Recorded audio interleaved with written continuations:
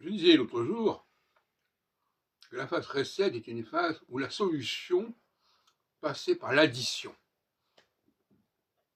alors que dans la phase andine, la solution passait par la soustraction. Et on voit bien que chez Barbeau, la solution passe par l'addition, puisqu'il utilise les planètes trans-saturniennes. Uranus, Neptune et Pluton dans son indice cyclique. Son indice cyclique n'existe pas sans ces éléments additionnels.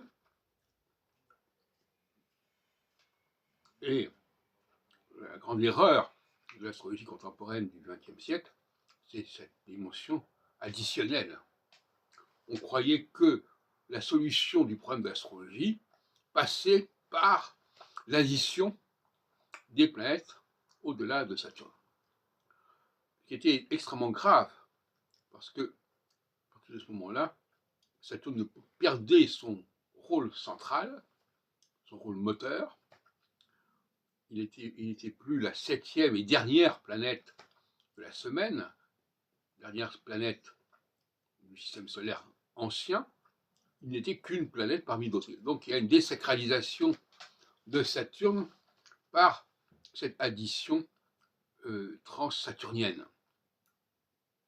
Je dois avouer que moi-même, d'ailleurs, dans les astrologie, à un certain niveau, en 1976, j'avais abondé dans ce sens, puisque j'avais même utilisé la thèse que défendait Carteret, d'ailleurs, de planètes trans-plutoniennes. On est encore dans une surenchère à ce niveau-là. Donc là, nous avons un exemple remarquable de cette solution récédienne, cette solution additionnelle qui va sauver, qui aurait dû sauver l'astrologie. Alors que moi, je pense, ayant un tempérament plutôt dignien, je pense que c'est au contraire nécessaire pour le XXIe siècle d'évacuer, de se délester de ces planètes